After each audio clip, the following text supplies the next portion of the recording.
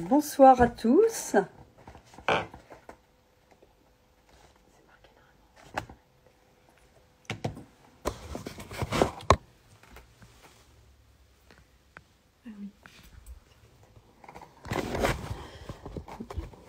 Bonsoir à tous.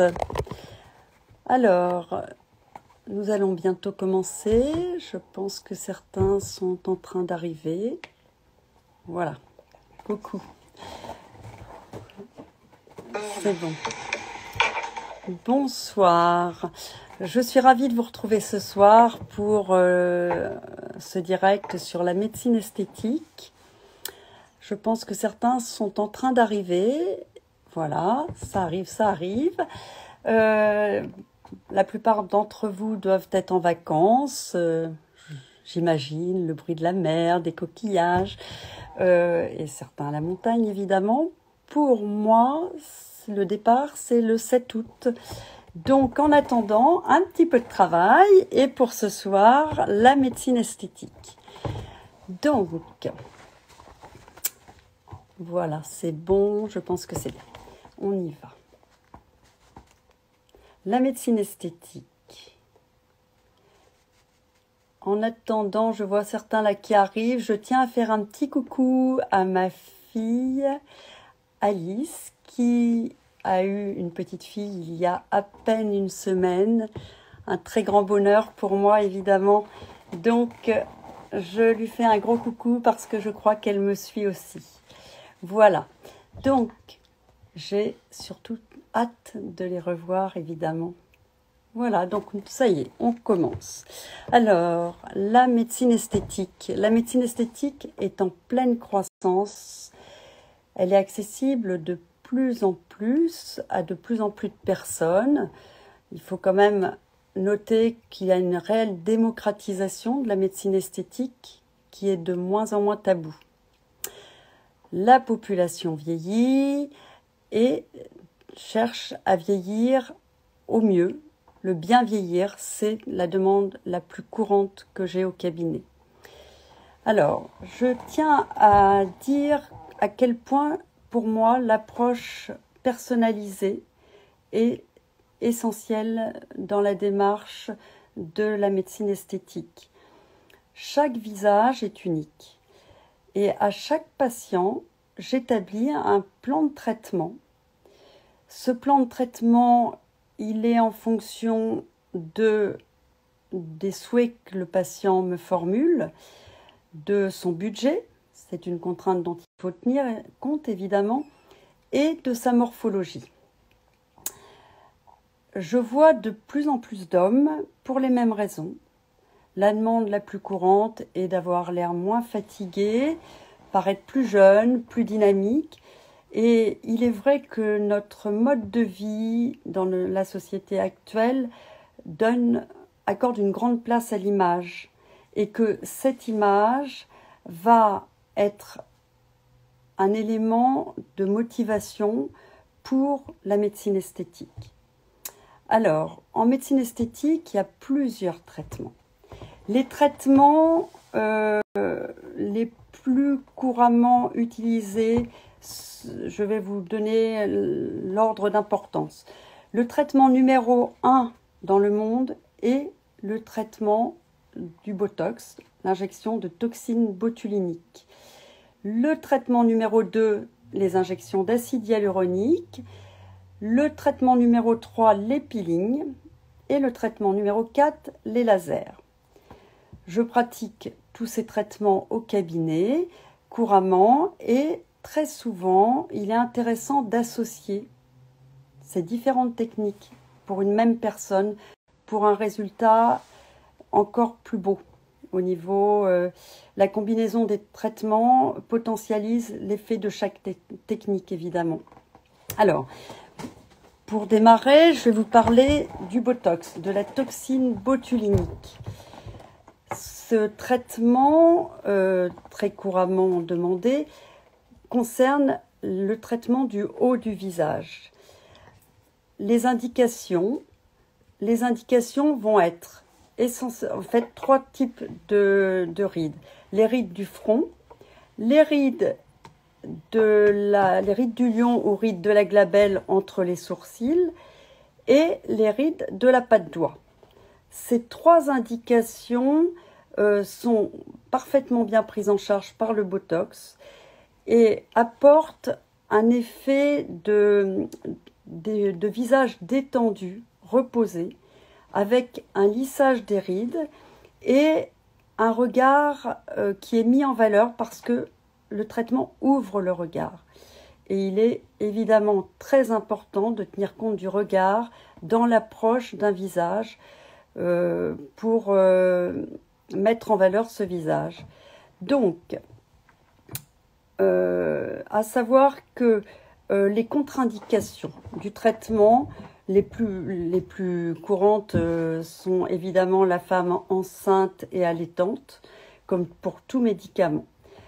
La notion, il n'y a pas vraiment d'âge. Il est vrai que l'âge dépend de la génétique et je traite en fonction du tableau clinique. S'il y a des rides chez une personne relativement jeune, mais des rides importantes et qui sont, je dirais, disgracieuses et difficiles à vivre, le traitement est envisageable. Et à l'inverse, certaines personnes d'un âge plus avancé vont être plutôt favorisées et ne pas forcément avoir besoin. Donc le traitement est fonction de l'indication. Le plus important dans cette démarche, c'est de chercher à embellir la personne, le visage, avec le souci, le respect du naturel, conserver les expressions et les émotions. C'est évidemment fondamental. Alors, dans ma pratique, beaucoup de patients ont peur, quand je leur parle de Botox, d'un aspect figé. Il est vrai que dans certains pays, les Botox sont pratiqués avec un caractère très figé. Mais cet effet peut être complètement évité. Il est fonction de la dose et de la répartition.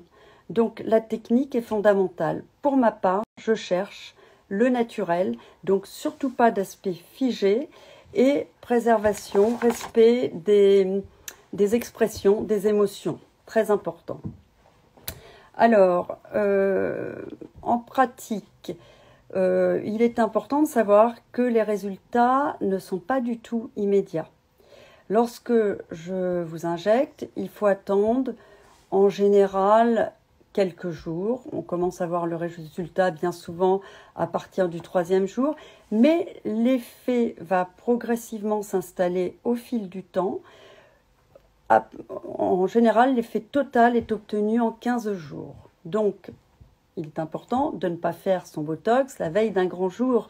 C'est vraiment anticiper largement une quinzaine de jours avant. Voilà. Quoi vous dire d'autre? C'est le traitement numéro 1 dans le monde, donc très couramment pratiqué. C'est un produit très sûr. La sécurité est fondamentale pour tout ce qui est esthétique.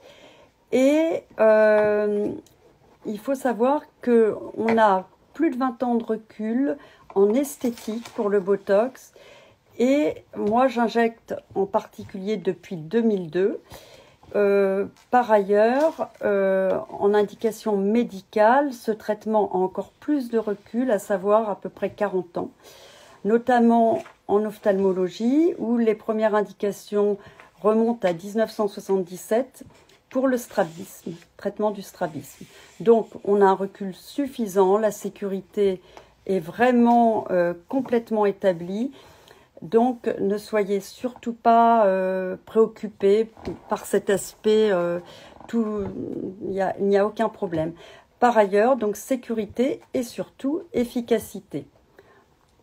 Pour ma part, dans ma pratique, un patient qui l'essaye l'adopte. Quasiment, je ne vois pas de patient déçu concernant cette technique. Et d'ailleurs, l'effet est souvent plutôt bluffant. Voilà. Alors, oui, je pense actuellement avec le contexte Covid, les demandes ont été vraiment de plus en plus importantes. C'est vraiment étonnant et je pense que c'est du fait du port du masque où le regard prend encore plus son importance. Mais depuis un an, j'ai énormément de demandes. Voilà.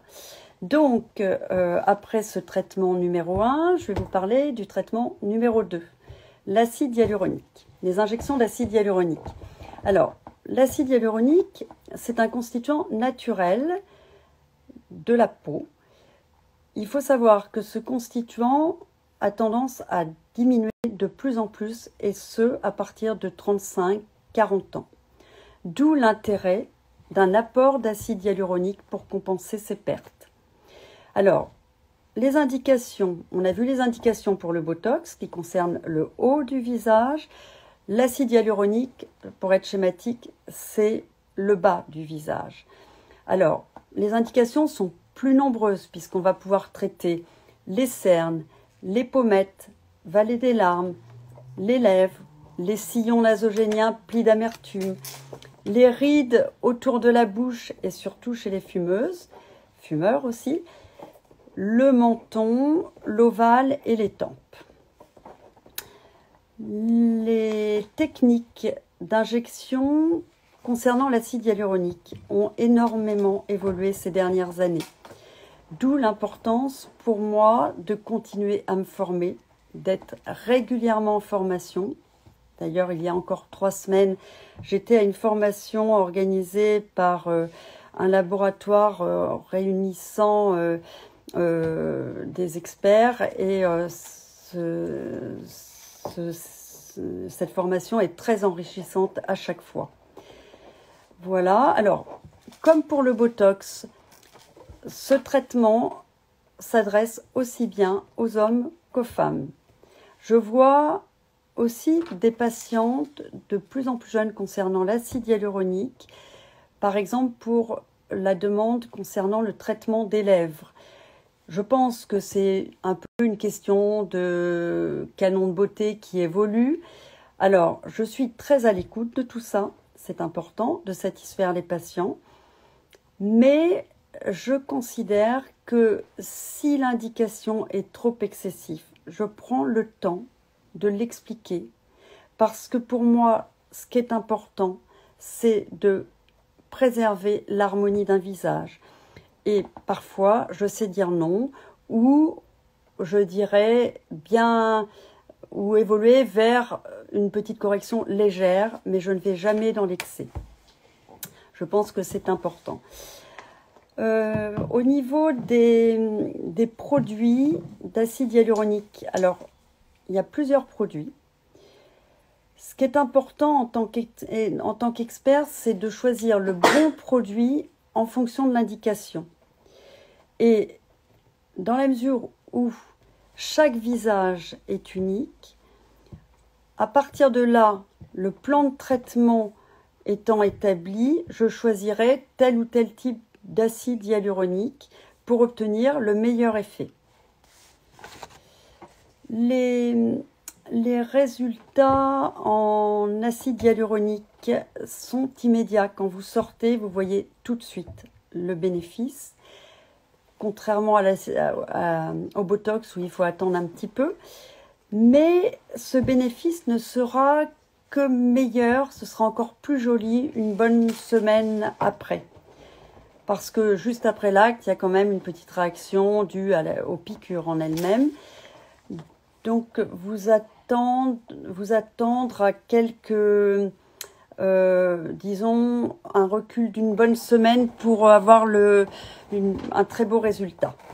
Mais déjà, immédiatement, un résultat. Les indications, donc, pour l'acide hyaluronique sont plus nombreuses et concernent donc toutes les localisations que je vous ai citées. En sachant que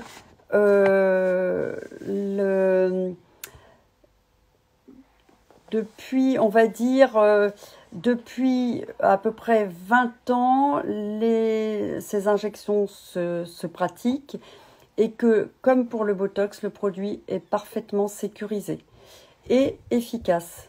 Pour moi, les 2 critères, c'est l'efficacité. Donc, j'utilise les meilleurs acides hyaluroniques du marché qui ont, pour une bonne efficacité, une meilleure tenue et une bonne intégration tissulaire.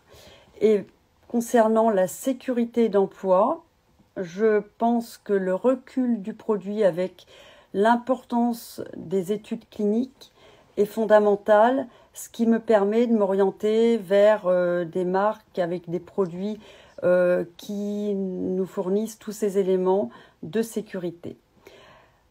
Une petite notion plus récente, c'est que la dernière génération d'acide hyaluronique dure maintenant un peu plus longtemps, à savoir 18 à 24 mois. Mais ce type d'acide hyaluronique ne peut être placé que dans certaines zones. Et lors du plan de traitement, je vous l'explique. Alors, je pense qu'après vous avoir expliqué toutes ces généralités, j'espère que vous avez à peu près bien compris la différence. Et je vais mon assistante a rassembler les questions qui ont été posées et donc je vais répondre à vos questions.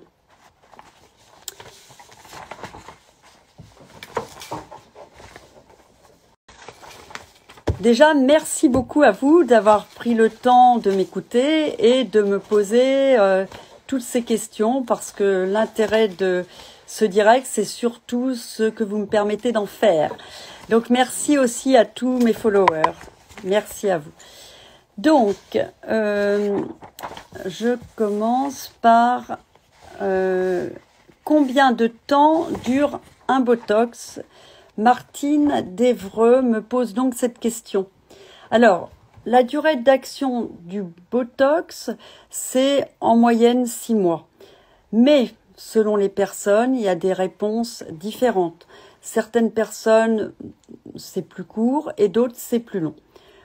Pour donner une petite idée, le plus souvent, la première année, je propose de faire une injection à 6 mois d'intervalle. Et après, on espace en fonction de la réponse au traitement de la personne. Donc, en général, 2 fois par an la première année, puis 1 fois par an les années suivantes. Il est important de continuer le traitement. Lorsque vous arrêtez, le muscle va reprendre sa fonction et va pouvoir refavoriser la formation de la cassure et de la ride. Mais le traitement qu'on aura réalisé aura permis de traiter sur un certain temps et de ralentir le phénomène de vieillissement, tout en sachant que si pour une raison ou une autre vous êtes amené à interrompre un certain temps, il n'y a aucun problème et vous reprenez quand vous le souhaitez. Alors,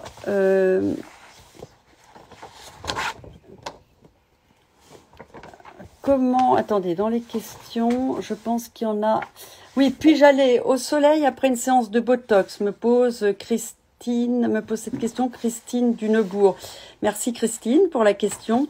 Alors, encore aujourd'hui, j'ai fait du Botox à certaines patientes. D'ailleurs, je les salue car je crois qu'elles me regardent, qu'elles m'écoutent ce soir. Il n'y a pas de problème. On peut faire le Botox toute l'année. Simplement, c'est une question de bon sens, il va pas falloir faire, après une séance de Botox, se faire cuire au soleil. Mais ça, en tant que dermato, jamais je conseille. Donc, franchement, on peut faire le Botox toute l'année avec des bonnes précautions normales vis-à-vis du soleil, des précautions habituelles. J'ai une question. Combien de temps dure la séance pour injecter en acide hyaluronique? Alors, cette question est posée par Paul d'Evreux. Merci aussi Paul pour cette question qui est intéressante. Alors, tout va dépendre le plan de traitement que je propose en fonction du travail à faire. Le plus souvent, en moyenne, la séance va durer en général 30 minutes à 1h30 selon le travail à réaliser. Pour moi, c'est important de prendre son temps, d'examiner. Je prends les photos en tout début d'acte pour avoir une base de référence. Et là, en général, mon assistante est formée et programme votre rendez-vous en fonction du travail à réaliser. Pour votre organisation, on peut vous préciser le temps à prévoir au cabinet. Alors, peut-on faire du Botox et de l'acide hyaluronique dans la même séance? Monique de Rouen me pose cette question. Merci Monique. Cette question est très intéressante parce qu'en pratique, déjà oui, on peut faire en même temps. C'est juste une question là aussi d'organisation, mais c'est tout à fait possible et c'est très souvent le cas. Très souvent le cas parce que la plupart de mes patients s'organisent pour regrouper le plus souvent. Voilà. À quelle fréquence puis-je faire des injections de Botox? Béatrice de Conche me pose cette question. Alors, en général, la fréquence, c'est, comme je vous disais, le plus souvent 2 fois par an, à 6 mois d'intervalle la première année et après en espace. Dans tous les cas, je ne fais jamais d'injection à moins de 3 mois. C'est très important. C'est une question de sécurité médicale pour éviter de fabriquer des anticorps et d'éviter les résistances à la toxine botulique, ce qui permet de pouvoir continuer en toute sécurité. Donc il y a quand même des petites règles de précaution à suivre, évidemment. Injectez-vous à la canule ou à l'aiguille, me pose Michel Desmureaux. Alors, je pratique les deux. Aiguille ou canule, cela dépend de l'indication. C'est-à-dire que l'aiguille est plus précise, donc selon la zone que je traite, je peux être amenée à traiter à l'aiguille. La canule présente beaucoup d'intérêt parce que le plus souvent, ça permet d'éviter les bleus, de bien répartir de façon homogène. Donc dans d'autres indications, la canule est préférable. Donc c'est plutôt basé, c'est très technique l'indication. En fonction des points que j'injecte, je vais choisir telle ou telle technique, aiguille ou canule, mais très souvent, j'associe les deux techniques selon la zone que je traite. Voilà. Je suis enceinte, me demande Charlène de Chartres. Je suis enceinte, puis-je avoir une séance de Botox pour avoir l'air moins fatiguée? Alors, non Charlène, ce n'est pas possible. Tant que vous êtes enceinte et si vous allaitez, il faudra encore attendre. Pas du tout de Botox. Éventuellement, si vous le souhaitez, j'aurai grand plaisir à vous voir après l'accouchement ou après l'allaitement pour vous proposer une séance de Botox. Voilà. Et je vous souhaite une belle fin de grossesse, Charlène. Acceptez-vous que je vienne avec mon mari en consultation car il est réticent? Odile de Rouen, bien sûr, merci de poser cette question, elle est courante. Bien sûr, et au contraire, venez avec votre mari. C'est très important parce que il est important que votre mari comprenne qu'on est dans une démarche totalement positive, qu'il n'y aura pas de problème et c'est important d'avoir l'avis du professionnel. Donc, je suis tout à fait à sa disposition pour le recevoir en même temps que vous. D'ailleurs, en pratique, cela débouche bien souvent par des injections aussi pour le mari. J'en suis le plus souvent à avoir des couples qui viennent ensemble et qui organisent leurs 2 rendez-vous à la suite. Donc, pas de problème. Avec grand plaisir même. Alors, mes lèvres sont trop injectées. Je n'aime pas le résultat. Y a-t-il une solution? Malika d'Evreux me pose cette question. Merci Malika pour la question. Alors déjà, sachez qu'il y a une solution. Par contre, je vous invite à revoir le praticien qui vous a injecté parce que dans la mesure où il vous a pris en charge, il va prendre en charge la suite, le suivi. Et pour cela, il vous proposera l'antidote de l'acide hyaluronique, la hyaluronidase, qui peut permettre dans des situations comme la vôtre de résorber l'acide hyaluronique rapidement pour atténuer ce surplus qui vous gêne.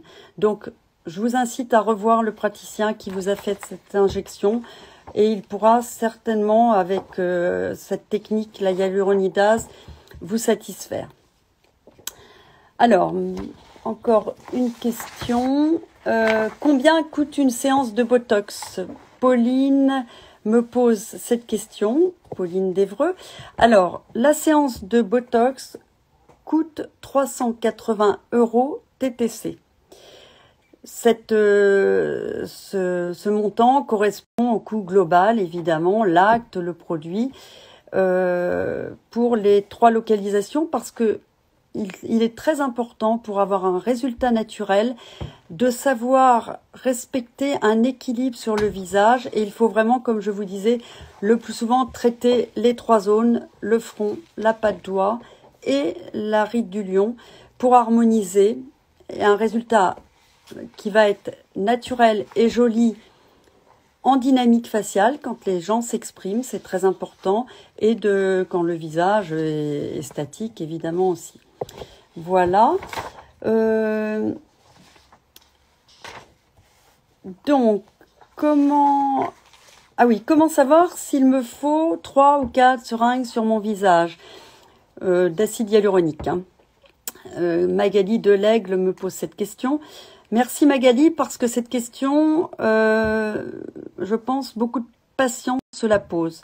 Alors, pour être clair, je ne peux répondre à cette question qu'en vous voyant en consultation, en vous examinant, et on se met d'accord ensemble. Je vous explique ce que je peux faire en tenant compte de votre demande, de votre budget. En fait, on peut adapter tout ça par rapport à vos priorités. Alors, je pense que le plus souvent, il est très important, on se voit, je vous fais un plan de traitement, et là, vous aurez la précision sur le nombre de seringues. Voilà. Mes cernes me dérangent, quelle est la solution? Yves de Mantes-la-Jolie s'inquiète de cela. Écoutez, Yves, cette question est intéressante parce qu'elle est très fréquemment posée, donc merci de la poser. La solution pour les cernes, il y en a plusieurs. La solution médicale que je peux pratiquer au cabinet, c'est l'acide hyaluronique, mais il ne faut pas oublier la solution chirurgicale aussi. Donc, en fait, il faut savoir poser la bonne indication. Donc, cette indication, elle se base sur l'examen clinique. Lorsque je vous vois en consultation, je peux vous dire si je peux faire quelque chose pour vous, ou si au contraire, il est préférable de voir un confrère chirurgien pour régler votre problème. Il faut toujours savoir reconnaître à qui revient la tâche pour obtenir un bon résultat. Il y a des indications médicales et des indications chirurgicales concernant les cernes. Voilà. Alors, pareil, la question, puis-je corriger une bosse sur mon nez avec de l'acide hyaluronique? Merci Marion pour cette question. Alors, de la même façon, la rhinoplastie peut être médicale à l'acide hyaluronique, elle peut être chirurgicale.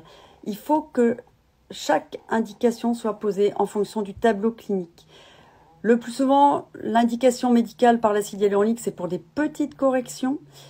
Quand on sait à quel point le nez est un élément particulier, fondamental sur le visage.